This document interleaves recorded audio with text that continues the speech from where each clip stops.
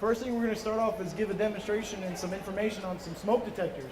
Everybody has smoke detectors in the house? Super, super important, right, to have smoke detectors in the house? Right on. All right, so you should have at least one smoke detector on each floor of your home. So if you have a 2-story floor, you need at least 2 smoke detectors. Preferably, you need a smoke detector outside of every bedroom, all right? So if you have a single-story home, you need at least one, and preferably one in front of every bedroom door, all right? Okay, every smoke detector fire alarm that we have, like the one we have here, this one in particular takes batteries, right? Everybody knows when their batteries are going low, right? Because your detectors are starting to chirp every now and then. Anybody here know how often you change out batteries in a smoke detector? Yes, sir. How many times? Every 8 months? Almost. Let's try another guess. Go ahead. 2 each year? She has it on the money. You change out batteries twice a year, all right? Moms, dads, this is what you got to think of. How many times do you give away candy each year? The big holidays, right? One's for Easter, the other one for Halloween. So each time you give out candies, that's when you need to go and change out those batteries, okay? More commonly on these smoke detectors here, we're going to give a demo of what one sounds like when it goes off here. All right, what firefighter Trevino just did right there is he did a test. On your smoke detector, there's a button. If you press and hold it and it goes off, it's working. All right, as soon as you let it go, it should turn off. Okay? If it doesn't go off, you need to change out the batteries. More than likely, it's going to be a 9-volt square battery that he's going to pull out right here.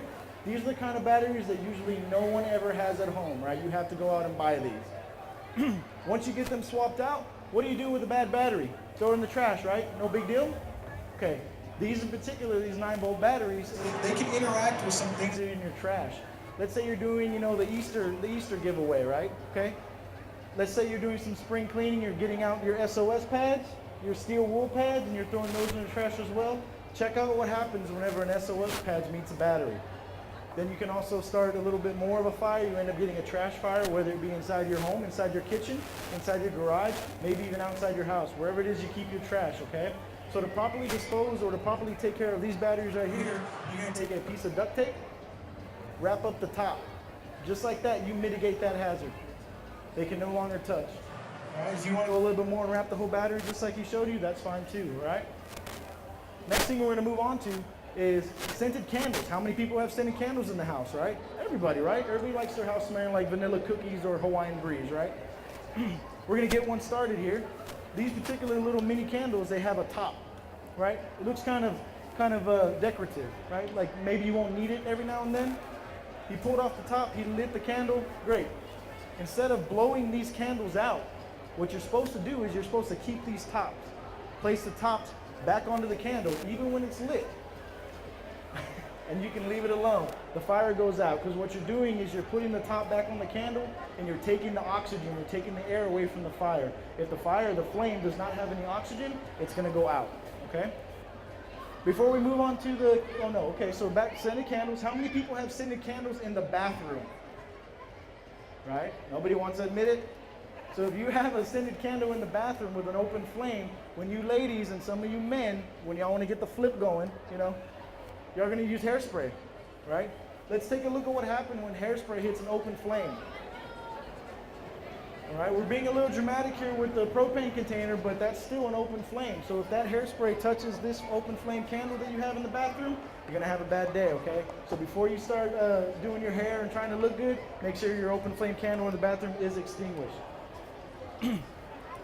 Yeah, that's fine.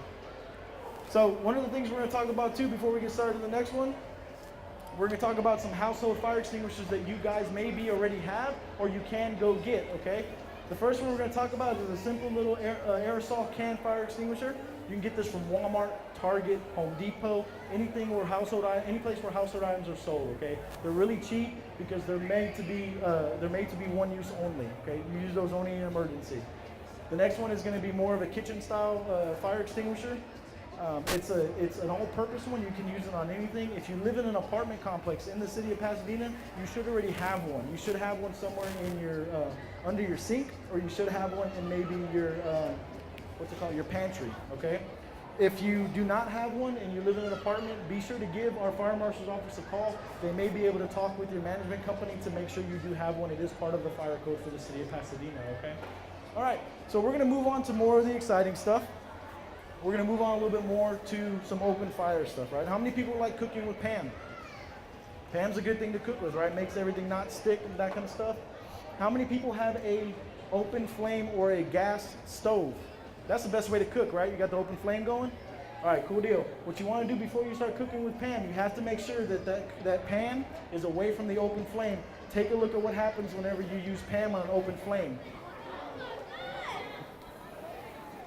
Which one's better, the hairspray or the Pam? Right? So again, very important, you take whatever you're cooking away from the open flame before you start spraying it with Pam. All right, moving on to our bigger demo here. We're going to simulate one of our common calls. One of our common calls to the fire department is a typical kitchen fire. These kitchen fires usually start on the stove, and it's usually with someone cooking with oil, okay? You got an open flame going on, you're cooking, chefing it up, all of a sudden your phone rings, you're going to answer a tweet, answer a snap, you take your face away from the stove, all of a sudden you come back to this. First thing you want to do, stay calm. Stay calm because we're going to show you how to put this out, okay? Grab a bigger pan. That pan is physically bigger than that pan, okay? You're gonna place it over the pan that's on fire, set it, leave it alone. Don't take it away too quickly. If you take it away too quickly, you saw what happened, right? Fire came back, no problem. If you leave it there, now you turn off the stove, walk away, call the fire department, call 911. You have a fire. Let us come out, come check it out, because more than likely when we come check it out, this is what we're gonna find. Fire's out. But let us check it out for you, okay? The next thing we're gonna do is simulate, okay, let's say how many people here have big families? How many people cook with bigger pans than this, right? Okay, let's say you don't have a bigger pan. We're gonna show you another trick here. Firefighter Mike is taking a damp towel. Remember, a damp towel, not a wet towel. He pulled it out of the water, wrung it out. It's a damp towel now. Now he's gonna do that, do this. Set it on top, walk away. Well, before you walk away, we're gonna turn the stove off, right? Turn the stove off, walk away, call the fire department. Let us come check it out. Let us make sure you're safe. We will come out, we'll check it out, because more than likely we're gonna find this. Fire's out. Again, all this has to do is taking the air away from the fire. Without the fire having air or oxygen, it's gonna burn out, okay? All right, everybody paid attention, right? I need 2 volunteers, preferably over the age of 17. Okay, we got one back there. I need one more. Come on, moms. Come on, dads. Big brother, little brother. Come on. Come on. Right in front here, guys. Sorry. All right, we got 2 volunteers. Come and meet up with Firefighter Trevino here. He's going to get y'all set up with some firefighter gloves. Safety first, right? Here, step a little bit on this side over here. Yep. Yeah, we're going to need you to stay on this side over here because you are going to be on camera. Hopefully y'all paid attention. Okay. All right, we're starting to cook here. We got a flame going. All right, tell us what you learned. How are you going to put it out? All right, then what? What's the next step you're going to do after that? Come on, tell me. Turn off the stove, okay, and then? Call the fire department, right? Okay, because what are we going to find, Firefighter Mike? More than likely it's going to be out, all right? Cool deal. Hopefully she was learning over there if she wasn't paying attention because she's up next. All right, we're starting to cook again. Got an open flame. She's answering her Facebook post. She got 17 likes in under 2 minutes. She's good to go. She's answering a snap. She's coming up. She comes back to the stove, finds this. What's she going to do? Okay, she turned off the stove. She did that. Then what? She's going to call the fire department, right? Again, guys, number 1 thing, stay calm. Stay calm. Second thing is, cover it up. Third thing is, turn the stove off. Then call us out to check it out. We will come check it out, okay? The fire department guys will come check out everything you need to come check out as far as fire related stuff. The fire department will not charge you. We're not going to send you a bill. A lot of people think that we're going to send you a bill. We're not going to charge you to come check something out to make sure you guys are safe, okay?